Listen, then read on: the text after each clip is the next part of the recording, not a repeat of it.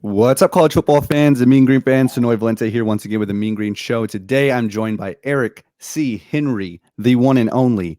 Guys, before we get into all things FIU and North Texas related, be sure, if you're a fan of college football, G5 football, transfer portal, conference realignment, coaching carousel, any or all of the above, consider hitting that like and subscribe button because that is truly all that we talk about.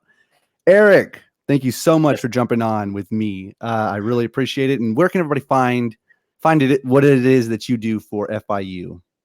Oh, no, absolutely, man. Of course, you can find my FIU coverage at Underdog Dynasty, SB Nation's home for Group of 5 football coverage. You can find me on Twitter at Eric C. Henry _. I think that's pretty much it. If you're interested in FIU, FAU, Shula Bowl coverage, 5 Reasons Sports, Shula Bowl Pod, another podcast we do. And, of course, check out the Conference USA podcast at Underdog Dynasty as well. Okay, so the Underdog Dynasty, they can just go to Apple and type Underdog Dynasty or wherever it is. Wherever they get their podcast, just punch in Underdog Dynasty, you'll find it. Okay. North Texas fans, last week, Eric was asked how he felt about North Texas. And I'm going to try to quote you here. This is So it was, let's see if they beat UTEP. Then we'll talk a little North Texas. Well, North Texas did beat UTEP. So, yeah, that's pretty accurate. That's right. That's right. So North Texas fans, be sure to tune in. We're going to listen to what Eric just sing the praises of North Texas and jump on the bandwagon with us all of this 3-0 run we're on here in the late. Listen, you guys held almost at Southern Miss. I got so many teams in my head. You guys held UTEP to 17 points, and that's something that Phil Bennett, Clinton Bowen. Who am I missing? It's always the third one I always miss. Like, no matter who's been the DC at North Texas, it has been an issue. So give credit to Phil Bennett because that is obviously keeping points off of the scoreboard has been an issue. So you guys deserve all the credit in the world there. Oh, yeah, we're on the rise. Watch out. Troy Redford. There we go. That's the third DC. That's right. That's right. All right. Well, so just kind of pre-gaming this FIU North Texas matchup for this Saturday. It's in Florida. It would be very North Texas of us to beat as weird as it may sound, a decent team in UTEP. They are 6-4 now after the loss to us, but this FIU game could very easily be a trap game. Like I said, we can go out there and just lose the one we're supposed to win. But I think the spread came out. North Texas is favored by a touchdown. And what from your perspective, what does North Texas have to do to ensure that they do come out of FIU with a victory and just move forward to that UTSA game with hopefully a lot of momentum? I'll say this. I am surprised. You said I have not checked the spread. You said it's a 7-point spread? I think so. I think North Texas is favored by a touchdown, maybe six or 7. I'm genuinely surprised it's a 7-point spread because Middle Tennessee, that was a 10.5-point spread. So I guess there's a little more, favorable feelings from the folks in Vegas in terms of the Blue Raiders instead of the Mean Green. But nevertheless, here's the thing, right? North Texas, up until this year, it's never really had an issue offensively. And even you can say offensively this year, certainly had no issues running the football, right? The fact that, DeAndre Torrey looks like the DeAndre Torrey of old, even though you lose Trey Sigurds to Southern Methodist, you would think that would have kind of been a blow to the 1-2 punch. But, you lose Oscar Attaway early on, but it's just kind of been pick up and an insert guy. How do you pronounce the running back's name? Because I always butcher it. So please. Yeah. Ikaika Ragsdale. It's actually my son's name. So that's one that I can get. Yeah.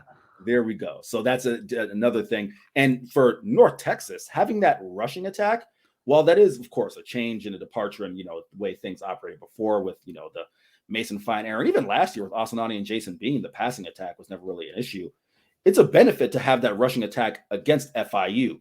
As I've written plenty of times in Underdog Dynasty and over the past 4 years, the Achilles heel of FIU's defense has been the rushing attack since the start of the 2019 season. I think we're at quick math here, something like 28, 29 games. It's a fair sample size, right? But since the start of the 2019 season, FIU has allowed over 170 yards rushing 23 times, with 12 of those being teams rushing for over 200 yards in a game, right? So Middle Tennessee, when you look at them coming into last week, they were second to last in Conference USA in rushing yards per game.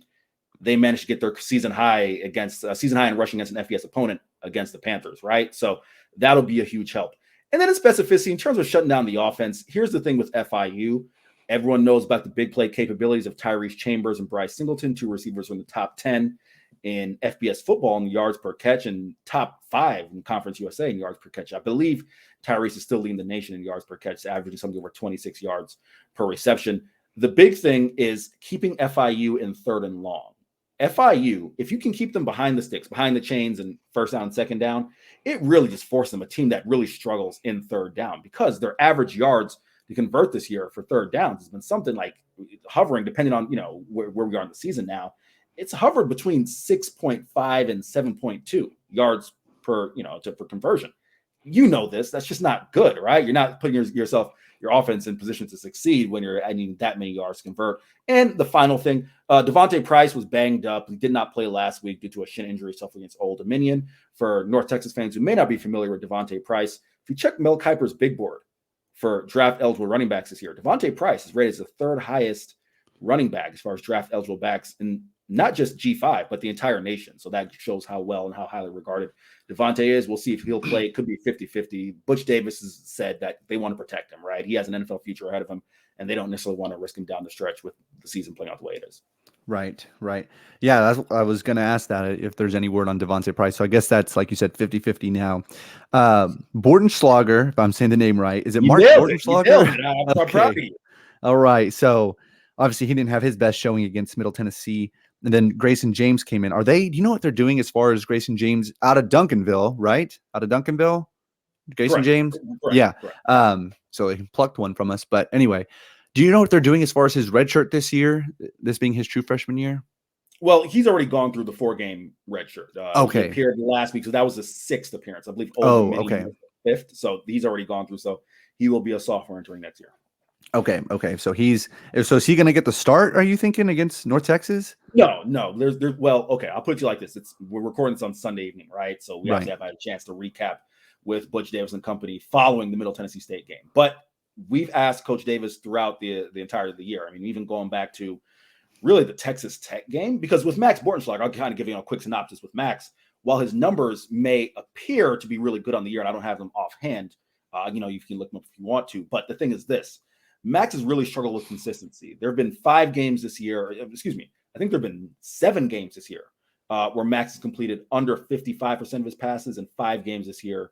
I think the Middle Tennessee game may have made the 6th, so it might tack another game onto that, which he completed less than 50% of his passes. And anyone who plays quarterback knows that's not good, right? You want to be completing passes somewhere around 60-65%. So it's just been very much hit or miss in terms of his consistency. So with that, to bring it back around to Grayson, as far as what Coach Davis said in post games, he's stuck with Max. He said that, hey, this guy, we believe in him. He's very capable, and we think that he's very capable. Just, he could have a bad game one week and throw for 400 yards the next week. And Butch Davis also said that he may have another year of eligibility, so they're not looking to turn the corner on him just yet. But as I said, it's Sundays. We'll have to see what happens as far as recapping with Butch during the week. Okay.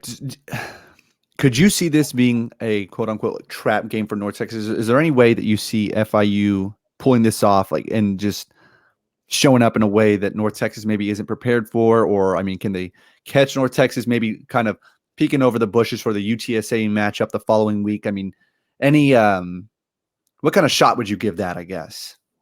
As far as, maybe North Texas looking ahead, I mean, I'll leave that to Seth Luttrell and, the way he gets his guys prepared for FIU. But I'll say this. In terms of you mentioned a trap game for North Texas, can FIU pull off the upset? It's yes and no. I'll kind of quickly hit on both, right? So the yes, they have playmakers in Singleton, Chambers. If Price plays, it's another. As I said, Bortenschlager, he's a guy who is truly capable. I think he has 4 games this year where he's thrown for over 300 yards. So he truly is capable of getting the ball downfield, right? The no is this. FIU and Butch Davis, I've written about this recently, and Butch Davis has said this in post games. They're playing in excess of a dozen to a dozen and a half guys who are true freshmen, redshirt freshmen, or walk-ons. Gio Richardson, who was a former FCS quarterback this time last year, had an interception 2 weeks ago against Old Dominion as a safety, right? So that kind of shows you where they are depth-wise. Because of the amount of players who have transferred out of the program over the past 3-4 years from recruiting classes and otherwise, the depth on this team, anyone who watches football knows you don't get beat 50-10 and 38-0 and some of the margins that FIU's lost this year when it's just a play here, a play there, one player, quarterback.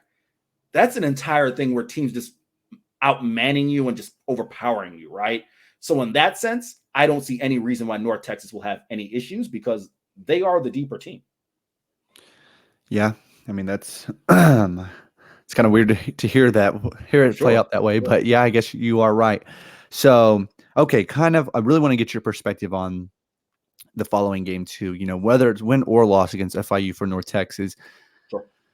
Okay, so Austin Ani, last game stats 15 or 33 or 15 to 33, 241 touchdown. We're below that 50% completion, and in Ani's defense, our top receivers are out, and it's been out for a while. That's Tommy Bush, Jair Shorter, and Deontay Simpson, all three gone. So it's not me trying to take shots at Austin Ani per se, but it's just facts are it's down, but the percentage, hasn't been the best games from Ani's standpoint either. So how you put any stock into hopefully in North Texas coming off of I guess that would be a 3-game win streak. Yeah, Rice, UTEP, FIU. Right. Yeah, right. Going into UTSA, how does North Texas pull that off? And the reason I want to get your perspective, because I know you play probably closer attention to Conference USA than anybody else I know of. So just want to hear what kind of ray of hope can you give the North Texas fans of maybe that coming up, coming to fruition? Listen, here's the thing, right? I think for North Texas, you might be, and we'll have to see how, UTSA fares before that game comes up, right? But for North Texas, you're almost a little bit disappointed that UTSA's had their scares this year, right? And they've kind of gotten them out of their system.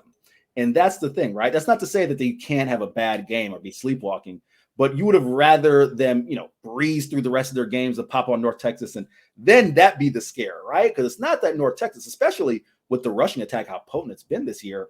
That's one thing about UTSA. I think their defense as a whole, as a collective unit, very solid. But there may be some opportunities. Listen, I love guys like Trevor Harmonson and others.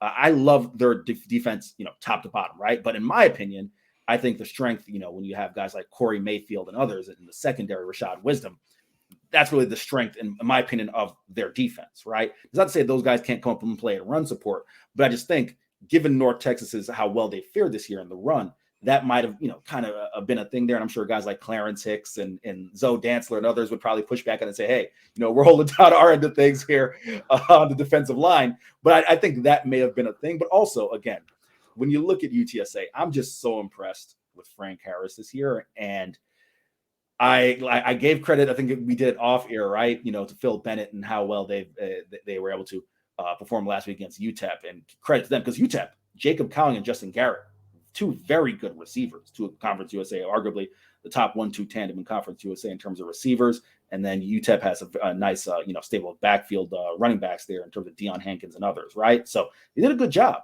But can you parlay that success against a team like UTSA with one of the top dual threats in the nation, and Frank Harris and Sincere McCormick and Zachary Franklin and others? That might be a tough ask. So I guess to answer your question, I would have liked if I were a Mean Green fan, to them not to quite have had that scare that they had, last week and the past few weeks. And they look like they'll come in. They just have too much to lose at that point in the year when we get to the North Texas game a week from now. Yeah, I was surprised Southern Miss played them as close as they did. I think I didn't watch the game, but I think Frank Gore was quarterback in pretty much the whole game, I think. Did you catch any of that? I haven't had a chance to watch it, to watch the replay yet. So yeah. I will catch up on that. But listen, when you talk about Southern Miss, especially the fact that they've played more quarterbacks than other team in the nation, kind of surprising that, they were able to sneak up on them. I think they came out Wildcat and just played backyard ball or whatever. Yeah, man, what do you think about the UTSA UAB matchup? Who do you think comes out with that one? Yeah, right. So that's another one where if UAB were a little bit more healthy, right? I'm still waiting to see, because I didn't catch if Christopher Mole played last week or not. I'm sure your listeners know Chris Mole, one of the standout defensive players in all the Conference USA, linebacker, made the transition to safety this year. Really standout player. But I think him not being available has really hurt UAB in some of their losses, and they were banged up in the secondary. But they're starting to get some guys back. The big thing though, UAB's quarterback situation with Dylan Hopkins, right, appears that he's going to be the guy down the stretch. We're not going to see TJ3, Tyler Johnson the third, and that's just a situation where it's too boomer bust for my liking. You know, I'd like to see a little bit more consistency out of that position from UAB. So if you're asking me who I would take in that matchup right now, I would take UTSA. One last thing I want to ask your opinion on. I know you're kind of far removed from this, but just want to hear your take. Okay, let's say we beat FIU and lose to UTSA for 5-7 on the season with a lot of those injuries that I mentioned earlier. You think they bring Coach Luttrell back for another year? He's got 2 years left on his contract. So if they kept him one more year, the buyout would be less. So what are any thoughts on that? You know, it's something that my fellow coach Joe Lonergan on the Conference USA podcast, we've talked about a little bit as far as Seth Luttrell, right? On one hand, I guess you can't blame the guy for not taking the Kansas job because we see what Kansas is. Although, hey, who am I to slander Kansas after they beat Texas, right? So I guess that was a good one. Maybe I shouldn't slander Kansas right now. But look, right? The point I'm making is he was such a hot coaching name go back a few years ago, right? And then he chose to stay at North Texas. And things haven't worked out, as the plan, right? As the plan. This is the thing. And I talked about this with Joe on the podcast. I think given the fact that North Texas is making the move to the American, I think that if you wait one more year, right, and you kind of feel things out, if then you want to make a move, I think that's the time where you can start fresh and say, hey, you have a selling point, a huge bargaining chip, or moving up to a quote unquote a higher conference. I don't think anyone can debate that American is a more high profile conference than Conference USA. And then you make the move then. So in my mind, I even look at Mike Bloomgren at Rice and put him in the same category, right? Obviously struggling. Looks like they're going to not qualify for a bowl game for I think the 7th or 8th straight year. But again, you can wait till you make the move to conference to the American and say, hey, we want to wipe the slate clean then. Mm-hmm. Interesting. So just to clarify on that, so if you're playing armchair AD, you would say probably let's go one more year, finish out Conference USA, and then barring things turn around for the better, then go after the coach, your guy that you want as you're going into a new conference. Yeah, in my mind, I just think there's a little bit more of a bargaining chip. That's not to say if you make the move now, I mean, you're still going to the American, right? It's the same thing. But in terms of just when you make that move, if you really want to wipe the slate clean, you can do it as you're transitioning into a new league, as opposed to this kind of being in the penultimate year of your tenure in Conference USA. Awesome. Well, all right, Eric. Anything else we need to touch on that we didn't speak on? No, I mean, we've got the litany of places you can find me at. I know that's one of your words. And I used penultimate there too. I was hoping you got to bust my chops on that one too. But outside of that, appreciate you having me on. Like I said, you can find me on Twitter at EricCHenry _ for my FIU and Conference USA coverage. Of course, you can find that as well at UnderdogDynasty.com, the SB Nation home for Group of 5 football coverage. Last but not least, I will shout out Shula Bowl Pod. If you have any interest in FIU or FAU, at Shula Bowl Pod at 5 Reasons Sports. Absolutely. You do that with Shane Marinelli, right? Shane Marinelli. Good old Shane Marinelli. And let's not forget my guy, David Hondel, as well. That's right. But guys, be sure to check out the Underdog Dynasty or wherever you get your podcast at, because Eric's going to sing the praises of North Texas, and you don't want to miss it. I can't wait for myself. But all right, Eric. Well, thanks so much for jumping on, and looking forward to hopefully a good game in North Texas's favor this Saturday. Well, I appreciate you having me on, my man.